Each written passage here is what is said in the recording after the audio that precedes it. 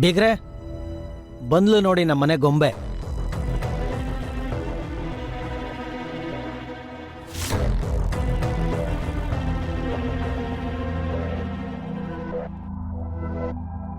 ನನ್ನ ಮಗಳು ಈಶಾ.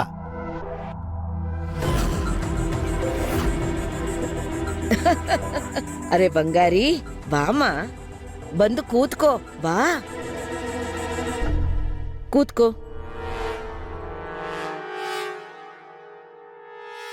ಇಡೀ ಊರಲ್ಲಿ ನಿಮ್ಮ ಬಗ್ಗೆ ನಿಮ್ಮ ಕುಟುಂಬದ ಬಗ್ಗೆ ಜನ ಮಾತಾಡ್ಕೊಳ್ಳೋದು 100% ಸತ್ಯ. ಅರೆ,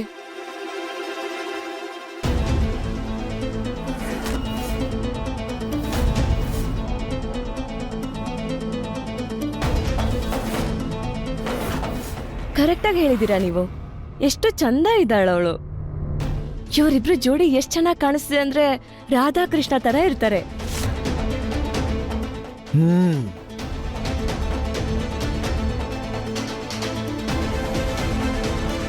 ನನ್ನ ತಂಗಿ ತುಂಬ ಚೆನ್ನಾಗಿ ಓದ್ತಾಳೆ. ಅವಳೆಲ್ಲ ಸಬ್ಜೆಕ್ಟಲ್ಲೂ ಟಾಪರ್. ಓದೋದ್ರಲ್ಲಿ ಮಾತ್ರ ಅಲ್ಲ, ಎಲ್ಲ ವಿಷಯದಲ್ಲೂ. ನೋಡಪ್ಪ, ನೀನೇನಾದ್ರೂ ಕೇಳಬೇಕು ಅಂತಿದ್ರೆ ಧೈರ್ಯವಾಗಿ ಕೇಳು. ಆ್ಯಕ್ಚುಲಿ ನನಗೆ ಟ್ರಾವೆಲ್ ಮಾಡೋಕ್ಕೆ ತುಂಬ ಇಷ್ಟ. ನಿಮಗೆ ಓದೋದು ಬಿಟ್ಟು ಬೇರೆ ಏನು ಹವ್ಯಾಸ? ಟ್ರಾವೆಲ್ ನನಗೂ ಇಷ್ಟ, ಆದ್ರೆ ಒಳ್ಳೇದಾಯ್ತು. ಇಬ್ರು ಜೋಡಿನೂ ಚೆನ್ನಾಗಿರುತ್ತೆ. ಗುಲಾಬ್ ಸಿಂಗ್ ಅವರೇ, ನಾವು ಮುಂದಿನ ಮಾತುಕತೆ ಮಾಡ್ಬೋದಾ? ಹಾ, ಒಂದ್ ನಿಮಿಷ. ಸೊಸೆಮ್ಮ, ಈಶಾನ್ ಕರ್ಕೊಂಡು ಒಳಗೋಗು. ಆಗ್ಲಿ ಅಪ್ಪ, ಕರ್ಕೊಂಡು ಹೋಗಮ್ಮ. ನಡಿ ಈಶಾ.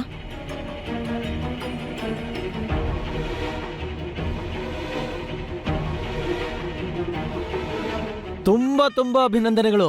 ಇದೇ ಖುಷಿಲಿ ಬಾಯಿ ಸಿಹಿ ಮಾಡ್ಕೊಳ್ಳಿ. ತಗೊಳ್ಳಿ. ನೀವು ತಗೊಳ್ಳಿ. ತುಂಬಾ ಧನ್ಯವಾದಗಳು. ತಗೊಳ್ಳಿ ಅತ್ತಿಗೆ. ಮತ್ತೆ ನಾನು ಆಗ್ಲೇ ಹೇಳಿದ ಹಾಗೆ ನಾವು ಈ ಮದುವೆನ 7 ದಿನದಲ್ಲಿ ಮುಗಿಸ್ಬೇಕಾಗತ್ತೆ. ಹಾ, ನೀವು ಹೇಳಿದ್ ನೆನಪಿದೆ. ನಮ್ಮ ಭಾವಿ ಅಳಿಯಂದ್ರು ಅವ್ರ ಡಿಗ್ರಿ ಕಂಪ್ಲೀಟ್ ಮಾಡೋದಕ್ಕೋಸ್ಕರ 2 ವಾರದಲ್ಲಿ ವಿದೇಶಕ್ಕೆ ಹೋಗ್ಬೇಕು ಅಂತ. ಹೌದು. ನೀವೇನು ಯೋಚನೆ ಮಾಡಬೇಡಿ, ಈಗಾಗಲೇ ಮದುವೆ ತಯಾರಿ ಶುರು ಮಾಡ್ಬಿಟ್ಟಿದೀವಿ. ಧನ್ಯವಾದ. ಒಳ್ಳೇದಾಗ್ಲಿ. ನಿಮಗೂ ಕೂಡ.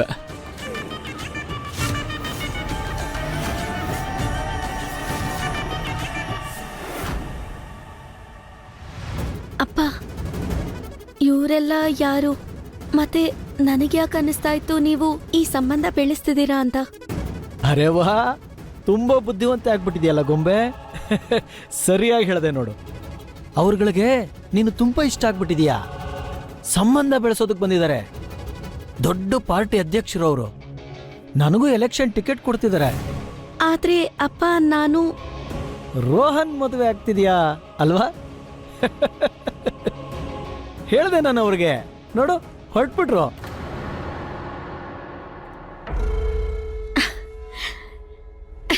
ಥ್ಯಾಂಕ್ ಯು ಅಪ್ಪ. ನೀವ್ ಮಾತ್ರ ನನ್ನ ಖುಷಿನ ಅರ್ಥ ಮಾಡ್ಕೊಳ್ಳೋದಕ್ಕೆ ಸಾಧ್ಯ.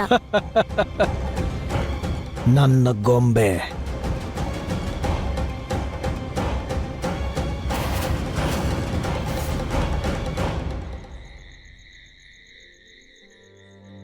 ಹೇ ಉಡುಪಿ ಕೃಷ್ಣ, ನಾನ್ ಸೋತೆ. ನಾನಂಥದ್ದು ಏನ್ ಮಾಡಿದ್ದೆ ಅವರಿಗೆ? ಇಷ್ಟು ಜೋರಾಗಿ ಹೊಡೆದಿದ್ದಾರೆ. ಸುಮ್ನೆ ನನಗ್ ನೋವು ಕೊಟ್ಬಿಟ್ರು. ಅಲ್ಲ, ನಾನೇನಾದ್ರೂ ಬೇಕು ಅಂತ ಅವಳ ಬಳೆಗಳನ್ನ ಒಡ್ದಾಕದ್ನ? ಕೈ ಜಾರಿ ಬಿದ್ದೋಯ್ತು. ಆದ್ರೆ ಆ ಸೊಕ್ಕಿನ ಹುಡುಗಿ ಎಷ್ಟು ಜೋರಾಗಿ ಕಿರ್ಚಿದ್ಲು ಅಂದ್ರೆ ನಾನ್ ಬೇಕು ಅಂತ ಒಡ್ದಾಕ್ದೆ ಅನ್ನೋ ತರ. ಆದ್ರೆ ನೋಡು, ಆ ಶ್ರೀಕೃಷ್ಣ ಎಲ್ಲ ನೋಡ್ತಾ ಇದ್ದಾರೆ. ಶುಂಠಿ ಹಾಕಿರೋ ಟೀ ಕೊಡಿರಿ, ಸ್ವಲ್ಪ ಆರಾಮಾಗುತ್ತೆ. ಒಳ್ಳೇದಾಗ್ಲಿ ಪುಟ್ಟ ನಿಂಗೆ. ಆದ್ರೆ ಅಮ್ಮ, ಎಲ್ಲ ಯಾಕೆ ಸಹಿಸ್ಕೊತ್ಯಾ? ಯಾಕೇನು ಮಾತಾಡಲ್ಲ? ಈಗ ನಿಮ್ಗಳಿಗೆ ಏನು ಅಂತ ಹೇಳಿ ನಾನು? ಮನುಷ್ಯನ ಅಸಹಾಯಕತೆ ಅವನ್ ಬಾಯಿಗೆ ಬೀಗ ಹಾಕತ್ತೆ. ಇದು ಸತ್ಯನೇ ತಾನೇ. ಮಾಡ್ತಿರೋ ಕೆಲ್ಸಕ್ಕೆ ಜಾಸ್ತಿ ಸಂಬಳ ಕೊಡೋದು ಅವ್ರ ಮನೆಯವ್ರ ಮಾತ್ರ. ಮನೆ ಜವಾಬ್ದಾರಿ ನನ್ ಮೇಲೇನಾರೋ ಇರ್ಲಿಲ್ಲ ಅಂದಿದ್ರೆ ಆ ಸೊಕ್ಕಿನ ಹುಡುಗಿಗೆ ಸರಿಯಾಗಿ ಕಪಾಳ ಬಾರಿಸ್ತಿದ್ದೆ.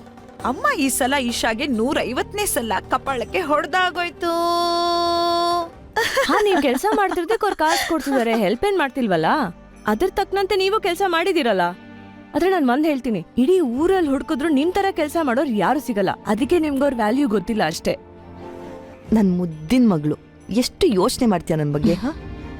ಸರಿ, ಇನ್ಮೇಲಿಂದ ನೀವೆಲ್ಲ ನನ್ನನ್ನು ನೆಚ್ಕೊಂಡು ಕೂತ್ಕೋಬೇಡಿ.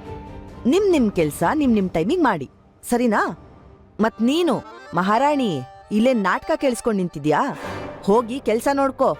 ನಿನಗೇನೆ ಹೇಳ್ತಾ ಇರೋದು. ಅಯ್ಯೋ ಅಮ್ಮ, ನಾನಂತೂ ಎಲ್ಲಾ ಕೆಲ್ಸ ನೀವ್ ಹೇಳೋ ಮುಂಚೆನೆ ಮಾಡ್ಬಿಡ್ತೀನಿ. ತಲೆ ಹರಟೆ. ಅರೆ ಅಮ್ಮ, ಅಷ್ಟ್ ದೊಡ್ಡ ಅರಮನೆಗೆ ಈಶಾ ಒಬ್ಳೇ ಮಗಳಲ್ವಾ? ಅವಳಿಗೋಸ್ಕರ ರಾಜ್ಕುಮಾರನೇ ಹುಡುಕಿರ್ತಾರಲ್ವಾ? ಏನ್ ಅಲ್ಲಿ ಇಲ್ಲಿ ಹುಡುಕಿದ್ದಲ್ಲ, ಆ ತಲೆ ಹರಟೆ ಹುಡುಗಿ ಯಾರನ್ನೋ ನೋಡ್ಕೊಂಡಿದ್ದಾಳೆ, ಮತ್ ಆ ಹುಡುಗ ಇವ್ರ ಮನೇಲಿ ಕೂತ್ಕೊಂಡು ಚೆನ್ನಾಗ್ ಸುಖ ಅನ್ಭವಿಸ್ತಾ ಇದ್ದಾನೆ. ಪ್ರೀತಿ ಪ್ರೇಮದ ಆಟ ಅಷ್ಟೇ, ಇನ್ನೇನಿಲ್ಲ. ಹಾಗಾದ್ರೆ ಅವ್ರಿಗಿರೋ ಒಬ್ಳೆ ಮಗಳ ಮದ್ವೆನಾ ಯಾರ್ಗಂದ್ರೆ ಯಾರ್ಗ್ ಮದ್ವೆ ಮಾಡ್ಕೊಡ್ತಾರ? ಅಯ್ಯೋ, ಆ ಥರ ಈ ಥರ ಹುಡುಗನ್ ಕಟ್ಕೊಂಡು ಏನಾಗ್ಬೇಕಾಗಿದೆ? ಇವ್ರಿಗೆ ದುಡ್ಡು ಕೊಳಿತಾ ಇದೆ. 2-3 ಬಂಗ್ಲೆ ಅವನಿಗೂ ಬರ್ಕೊಡ್ತಾರೆ, ಅವನು ಶ್ರೀಮಂತ ಆಗ್ತಾನೆ. ಹೇಳಿ ಯಜಮಾನ್ರೆ. ಈಶಾ ಅದೇ ಖುಷಿಲಿ ತೇಲಾಡ್ತಿರೋ ಥರ ನೋಡ್ಕೊ. ಅವಳು ಮದುವೆ ರೋಹನ್ ಜೊತೆನೇ ಆಗತ್ತೆ ಅನ್ನೋ ಥರ, ಆದ್ರೆ ಅದ್ ನಡೆಯಲ್ಲ.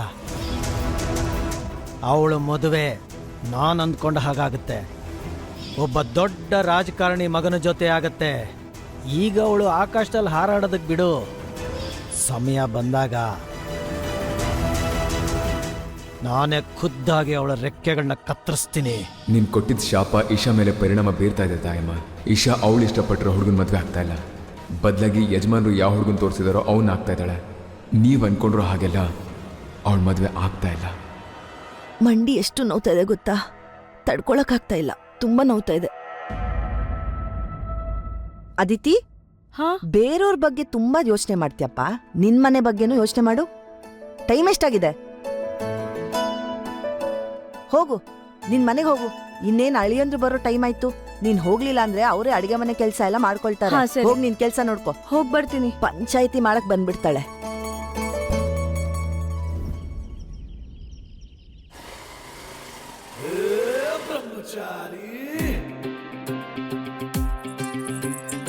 ಇದನ್ ನೋಡಿದ ತಕ್ಷಣ ನಿನ್ಗೆ ಯಾರ್ದೋ ಅಂದವಾದ ಕಾಲ್ ನೆನ್ಪಾಗ್ತಿದ್ಯಾ?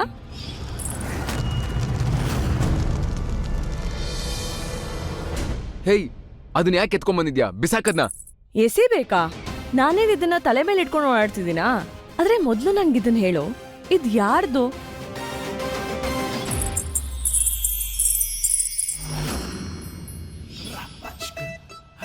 ನೀನ್ ಹೇಗ್ ಯೋಚನೆ ಮಾಡ್ತಾ ಇದ್ಯೋ ಆ ಥರ ಎಲ್ಲ ಏನು ಇಲ್ಲ. ಈಗ ನನ್ ಮನ್ಸಿನ ಮಾತು ಅರ್ಥ ಆಗ್ತಿದ್ಯಾ? ಜಾಸ್ತಿ ಸ್ಮಾರ್ಟ್ ಆಗಿ ಆಡ್ಬೇಡ, ಸೀದಾ ಸೀದಾ ಹೇಳು. ಅರೆ, ಒಂದ್ ಬ್ರಹ್ಮಚಾರಿ ಹತ್ರ ಒಂದ್ ಹುಡುಗಿ ಗೆಜ್ಜೆ ಸಿಕ್ಕಿದೆ. ಆ ಹುಡುಗಿ ಸ್ಪೆಷಲ್ಲೇ ಅಲ್ವಾ? ನಮ್ಮ ಹತ್ರ ಯಾವ್ದು ಕಡಿಮೆ ಇದೆಯೋ ಅದು ನಮ್ಗೆ ಯೂಸೇ ಇಲ್ಲ ಅನ್ನೋ ತರ ನಾವು ಸುಮ್ಮನಿದ್ ಬಿಡ್ಬೇಕು. ಅಂದ್ಮೇಲೆ ಸ್ವಲ್ಪ ಬುದ್ಧಿ ಯೂಸ್ ಮಾಡೋದನ್ನ ಕಡಿಮೆ ಮಾಡು, ಅರ್ಥ ಆಯ್ತಾ? ಸರಿ, ಹೋಗ್, ದಾರಿ ಬಿಡು. ಅರೆ ಸೂರಜ್, ಓಡ್ ಹೋಗು ಸೂರಜ್. ನಾನು ನೋಡ್ತೀನಿ ಯಾರಾದ್ರೂ ಅವ್ರ ನೆರಳಿಂದ ಎಷ್ಟ್ ದೂರ ಎಷ್ಟ್ ದಿವಸ ಓಡಕ್ಕಾಗತ್ತೆ ಅಂತ. ಯಾರಾದ್ರೂ ನಮ್ಮಿಬ್ರ ಮಧ್ಯ ಬರಕ್ಕೆ ಪ್ರಯತ್ನ ಪಟ್ರೆ ನಾನು ಎಲ್ಲ ಲಿಮಿಟ್ಸ್ನ ಕ್ರಾಸ್ ಮಾಡ್ತೀನಿ.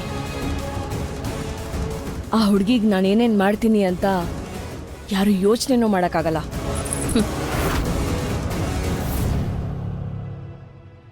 ಒಂದ್ ವಿಷಯ ತಿಳ್ಕೊಳ್ಳಿ, ಈ ಮನೇಲಿರೋ ನಮ್ ಮುದ್ದು ಮಗಳ ಮದ್ವೆ ಅಲ್ಲೇನಾದ್ರೂ ತಪ್ಪು ನಡೀತೋ ನನ್ ಕಾಲಲ್ಲಿರೋ ಚಪ್ಲಿ ನಿನ್ ಮಖದ ಮೇಲೆ ಬೀಳತ್ತೆ. ಅದ್ರ ಬಗ್ಗೆ ಯೋಚನೆ ಮಾಡಬೇಡಿ ಅಮ್ಮ. ಅತ್ಗೆ ಅತ್ಗೆ, ನೀವಿನ್ನೂ ಇಲ್ಲೇ ಇದ್ದೀರಾ? ಬೇಗ ಹೋಗಿ ರೆಡಿ ಆಗಿ ನಾವು ಶಾಪಿಂಗ್ ಹೋಗ್ಬೇಕು. ಇವಳೆಲ್ಲಿಗೂ ಬರಲ್ಲ. ಇವಳಿಗೆ ಮನೆಯಲ್ಲಿ ತುಂಬಾ ಕೆಲ್ಸ ಇದೆ. ಒಡವೆ ಅಂಗಡಿಯವನ್ ಬರ್ತಾ ಇದ್ದಾನೆ, ಸೆಲೆಕ್ಟ್ ಮಾಡ್ಬೇಕು. ಅದ್ರ ಜೊತೆಲಿ ನಾಳೆ ಮನೆಯಲ್ಲಿ ಫಂಕ್ಷನ್ ಬೇರೆ ಇದೆ, ಅದ್ರ ವ್ಯವಸ್ಥೆ ಎಲ್ಲ ಮಾಡ್ಬೇಕಲ್ಲ. ನೀನೊಂದ್ ಕೆಲ್ಸ ಮಾಡು, ನೀನ್ ಒಬ್ಳೆ ಹೋಗಿ ಬಟ್ಟೆಗಳನ್ನೆಲ್ಲ ತಗೊಂಬ. ನಾನ್ ಹೇಗ್ ಮಾಡ್ಲಿ? ನಾನು ಸೂರಜ್ಗೆ ಹೇಳ್ತೀನಿ, ಅವ್ನು ನಿನ್ನ ಶಾಪಿಂಗ್ ಕರ್ಕೊಂಡು ಹೋಗ್ತಾನೆ. ಟೆನ್ಷನ್ ತಗೋಬೇಡ, ಅವನೆಲ್ಲ ನೋಡ್ಕೋತಾನೆ. ಅಪ್ಪ, ಅವನು ಹೇಳಿ ಯಜಮಾನ್ರೆ. ಸೂರಜ್,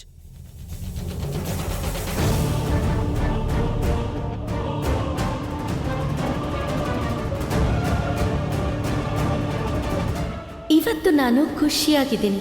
ಹಾಗಾಗಿ ಈ ರೌಡಿ ಬ್ರಹ್ಮಚಾರಿನ ಹೇಗೋ ಸಹಿಸ್ಕೊಂಡ್ಬಿಡ್ತೀನಿ.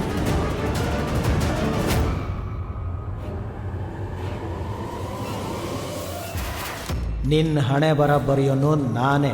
ಈಗಾಗಲೇ ಅದನ್ನ ಬರೆದ ಆಗಿದೆ.